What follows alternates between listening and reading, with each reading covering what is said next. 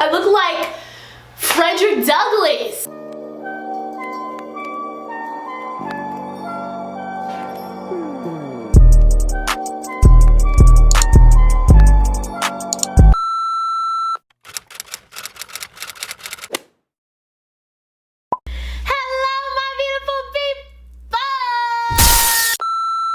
What's poppin'? What's good? It's your girl Mami Tiff, and I'm back again with another video.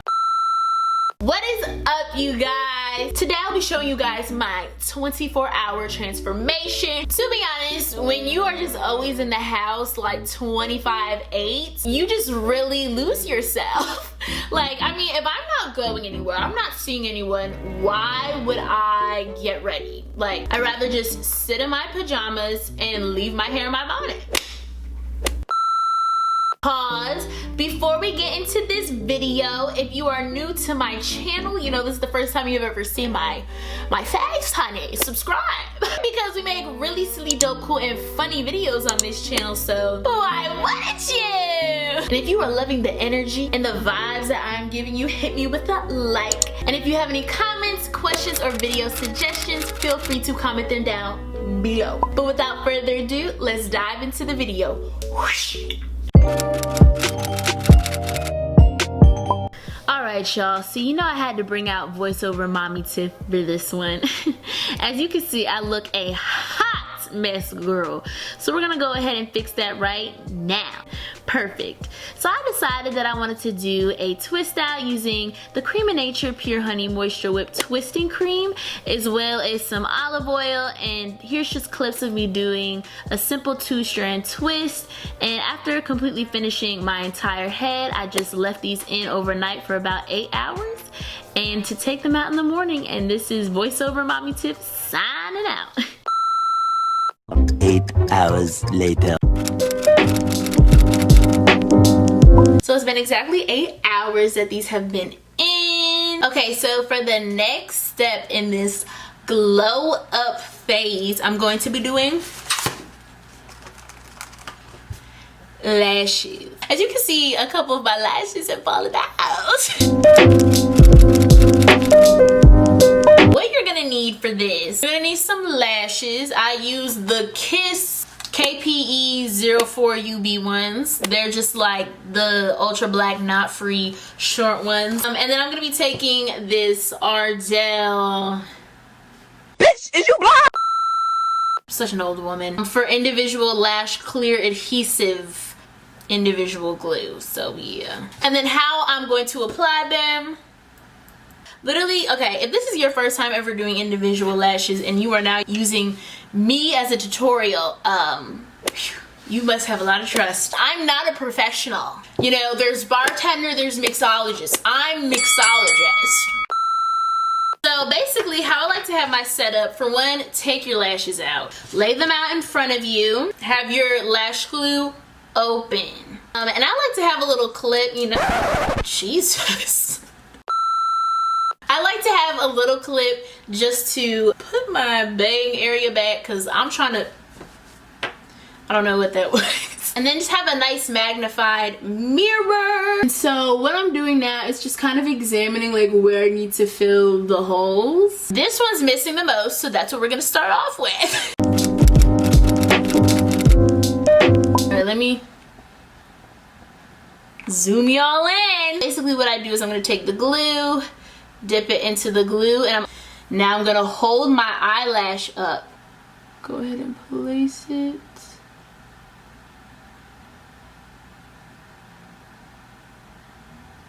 Bend your head back and have something to fan your face. I probably look so crazy right now. Okay, so now that I've kind of explained it to you guys, I think you guys kind of get how to now hopefully put your lashes on. I wanted to kind of talk about like my experience growing up black, and specifically growing up black in a predominantly white community, and going to a predominantly white school, and that experience for me. I've dealt with a lot of microaggressions, a lot of racism growing up. I remember like I'm gonna say around the time 6th grade, like when you're really just kind of defining who you are, you know, puberty. I said to like my 2 close white friends, and I don't know why I said this, but I think because of the fact that they all had boyfriends and I didn't, and it just seemed like nobody was actually attracted to me, that I thought that I wasn't beautiful. And I literally said to my friends, I was just like, I just feel like black people aren't like beautiful and that we're not treated as beautiful. And I remember my white friend at the time saying, well, at least you're one of the prettier ones. Could you imagine? Like, imagine someone saying that to me right now. Don't ever tell me I'm ugly. Cause bitch, is you blind? First of all, right now, obviously, like, I know black people is beautiful. Honey, I know I'm a biddy, okay? Period. Yes, this video might be a 24-hour transformation for me looking hit to catfished, but the point is, it's so important that we are telling our young black girls as we're growing up that we are beautiful. Because it's just unfortunate at that time that that's how I felt about myself. And I just don't even want to think about like how dark of a time I must have been going through to think that I wasn't beautiful and that my entire race wasn't considered beautiful from not having that approval from my white peers. I just want to make something clear before my mother comes down here and beats me to a pole.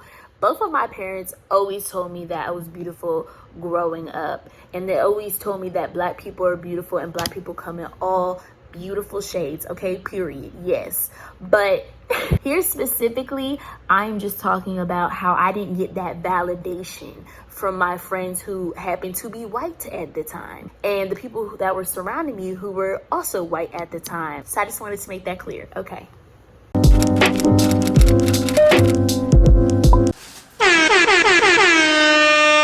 Hold on. Y'all not getting the picture like I need you to get it. Okay, period. She's a look. I mean, she's a look. So the next thing we're gonna be moving on to is the nails, baby. Okay, let's do it before. Bruh. And then we'll do it after.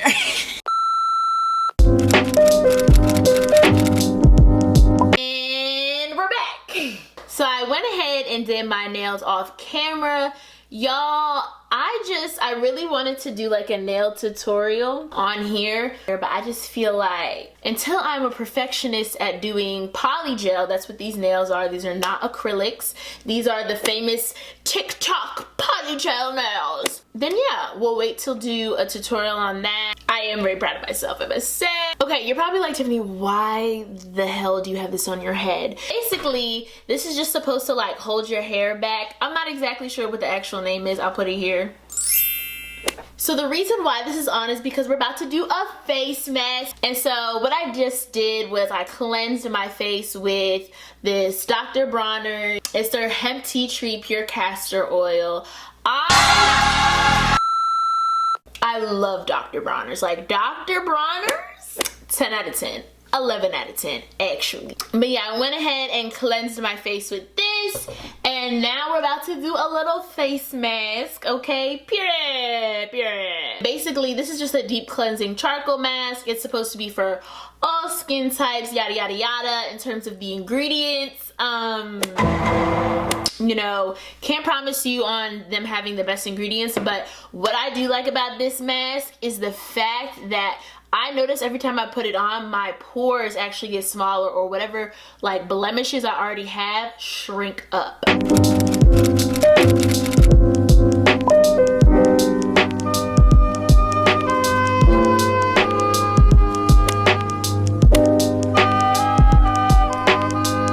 Okay y'all, so I have the mask fully on. It's already drying so quick. So I'm gonna come back in 10 minutes, but do it for the thumbnail.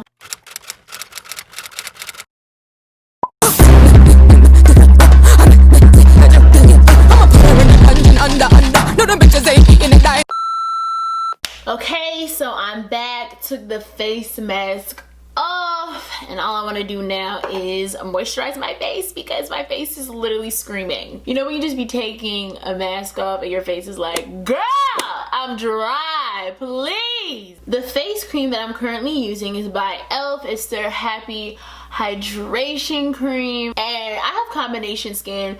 I never was like a fan of really like hydrating creams, but this one, it's so hydrating and it doesn't make your face feel oily. Okay, so we're gonna go ahead and get into the makeup part of the video. No, this will not be a makeup tutorial. I am so sorry. What the fuck? It's a rookie mistake.